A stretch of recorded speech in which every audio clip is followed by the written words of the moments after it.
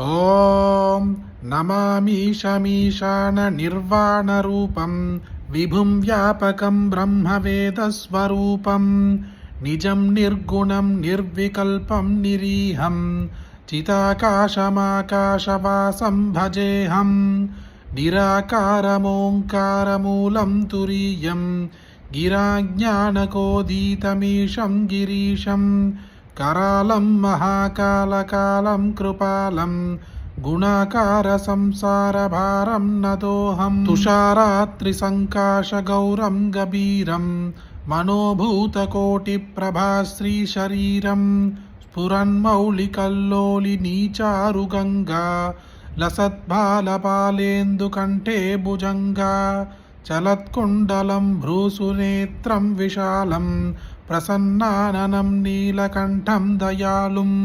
मृगाधीशचर्माम्बरं मुण्डमालं प्रियं शङ्करं सर्वनाथं भजामि प्रचण्डं प्रकृष्टं प्रगल्भं परेशम् अकण्ठम् अजं भानुकोटिप्रकाशं त्रयशूलनिर्मूलनं शूलपाणिं भजेऽहं भवानीपतिं भावगम्यं कलातीतकल्याणकल्पान्तकारी सदा सज्ञानानन्ददाता पुरारी चिदानन्दसन्दोहमोहापहारी प्रसीद प्रसीद प्रभो मन्मदारी दयावधुमानाथ पादारविन्दं भजन्तीह लोके परे वा नराणां न तावत् सुखं शान्तिसन्तापनाशं प्रसीद प्रभो सर्वभूतादिवासं न जानामि योगं जपं नैव पूजां न दोऽहं सदा सर्वदा शम्भुतुभ्यं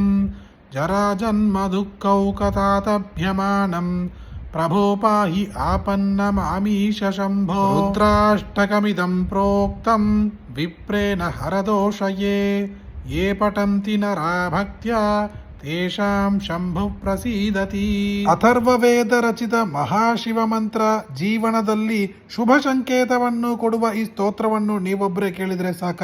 ನಿಮಗೆ ಗೊತ್ತಿರುವ ಎಲ್ಲರಿಗೂ ಶೇರ್ ಮಾಡಿ, ಈ ವಿಡಿಯೋಗೆ ಲೈಕ್ ಮಾಡಿ. ಮತ್ತೊಂದು ವಿಡಿಯೋದಲ್ಲಿ ಸಿಗೋಣ. ಜಯ ಜಯ ಶಂಕರ, ಹರ ಹರ ಶಂಕರ.